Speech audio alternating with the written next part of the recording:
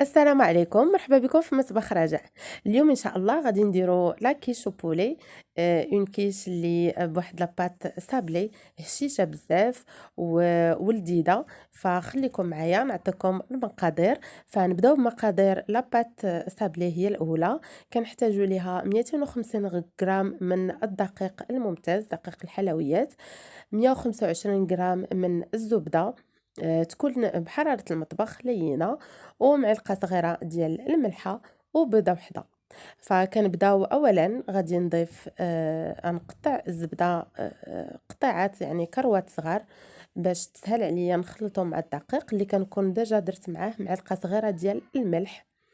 فكنبقى نرملهم بحال هكذا بيديا حتى كيولي ليا الدقيق بحال هكذا، كنقدر نجمعو بين يديا كيولي بحال هكذا. كنخليه يرتاح 5 دقائق. فبعد ما خليته يرتاح 5 دقائق ها هو كيولي كيتجمع بواحد الطريقه شتي دغيا كيتجمع. فدابا كنضيف عليه هذيك البيضه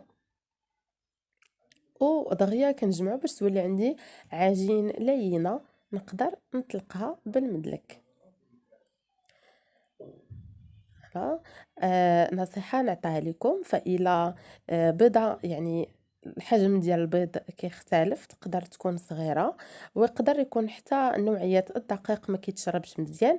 فإلا بيضة وحدة ما جمعت لكمش العجين مزيان ما فيها باس، طربوا بيضة وزيدوا بالمعلقة، يعني معلقة 2 3 تقدروا كاع تزيدوا بيضة وحدة أخرى حتى تجمع لكم العجين وتكون لينة. فمهم جدا أنكم ما تضيفوا حتى شي سوائل للعجين صابلي، ولكن جمعوه فقط بالبيض. يعني انا ما قداتكمش بيضه وحده، زيدوا نصف بيضه او بيضه. من بعد ما كتجمع لينا العجين كتولي بهذا الشكل شتي لينه ورطبه. فدابا غادي نغطيها. حطيتها في فوق بابي كويسون، وغنغطيها بالطرف الاخر وندير المدلك ونسرحها. فكنورقها بطريقه اللي تجيني يعني رقيقه، ما نخليوهاش غليظه. فكنبقاو كنورقو حتى كناخدو داك الشكل، الحجم والشكل اللي حنا بغينا.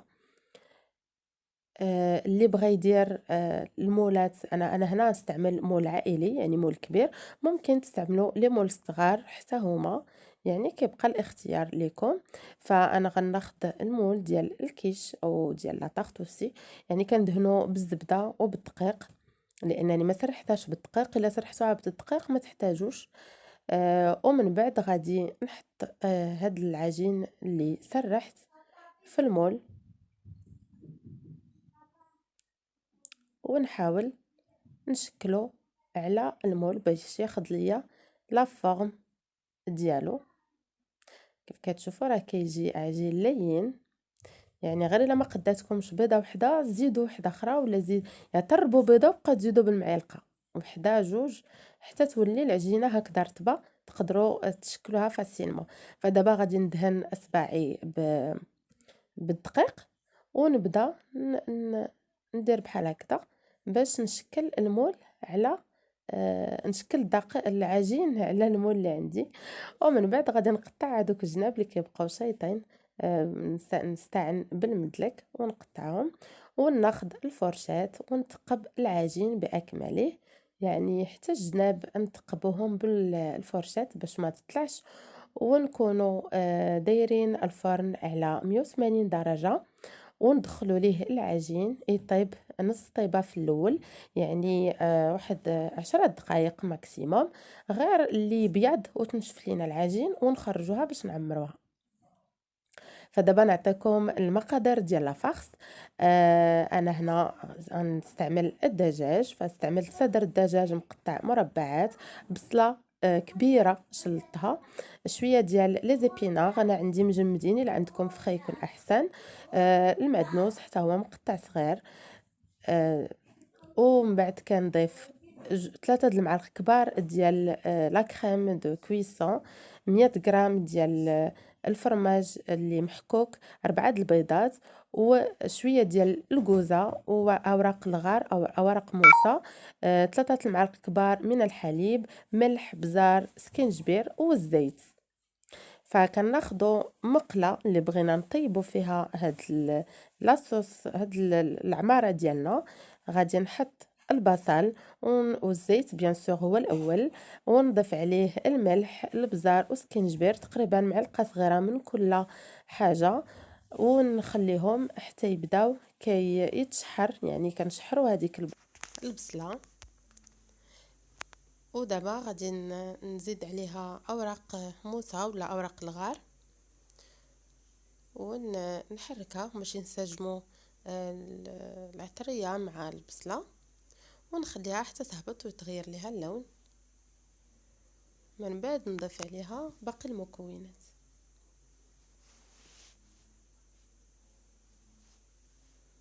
فكيف كتشوفوا دابا راه البصله هي طابت. هنا نضيف عليها دابا المعدنوس،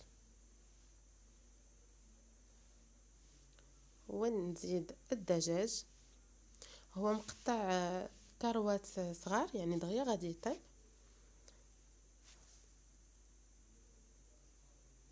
كنحركوه حتى كينسجم مع العطريه وهذا والبصله، ونخليوه يطيب على خاطرو.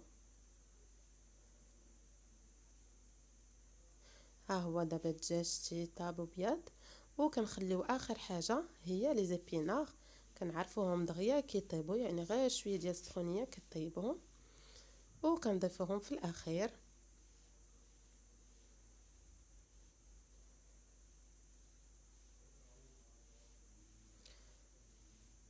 صافي دابا كنحركو غير واحد شويه، وها هي لافارس كتكون واجده.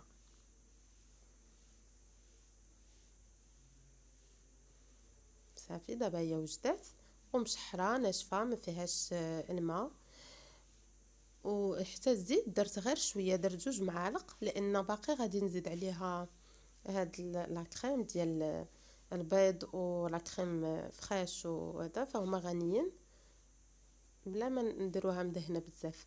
فكندير ديك 4 البيضات في شي بول، ونزيد عليه 4 المعالق ديال الحليب،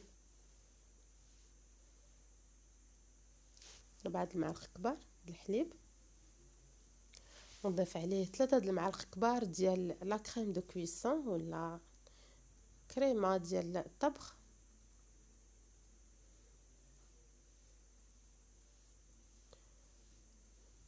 وواحد شويه د الملحه. يعني دابا غنحك الكوزه، فالكوزه كتعطيها واحد الطعم يعني طيب جدا، كي يتماشى مع هاد المكونات اللي درنا.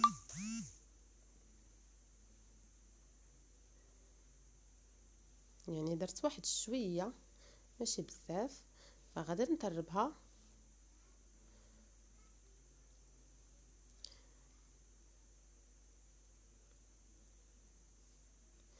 ومن بعد ما لاباط ديالنا اللي طيبناها نص طيبه، فكاش كتشوفوا هي ناشفه من الفوق، يعني طيبه نص طيبه.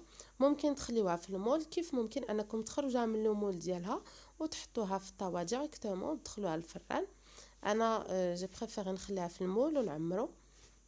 فهو كيف كتشوفوا دابا غادي من بعد ما حطينا لافارس وغطينا جميع الوجه ديال لاكيش، دابا كنخويو هذاك الخليط ديال البيض مع الحليب مع لا كريم، ومن بعد غادي نرش الوجه ديالها بالفرomage. وكيبقى يعني الكميه ديال الفرماج اختياريه، انا هنا درت 100 غرام، ودخلوه الفران على 180 درجه ما بين 25 حتى 30 دقيقه. يعني ملي تشوفوها تحمرات صافي كتخرجوها. ها هي بعد مرور 30 دقيقه، يعني شفتي هي محمره وطابت. فدابا غادي نحطها في طبق التقديم ونوريكم كيفاش جات. ريحتها كتشهي فريمون، جات بنينه بزاف، ريحتها زوينه. لاباط شتيه هشيشه كتجي كتذوب، يعني ماشي ديك لاباط اللي قاصحه ومحجره. والشكل ديالها حتى هو زوين. فكنتمنى انكم تجربوها سواء في مول فاميليال بحال هذا ولا في دوك لي بتي مول. وكنتمنى انكم تشاركوا الوصفه مع الاصدقاء ديالكم. وشكرا لكم.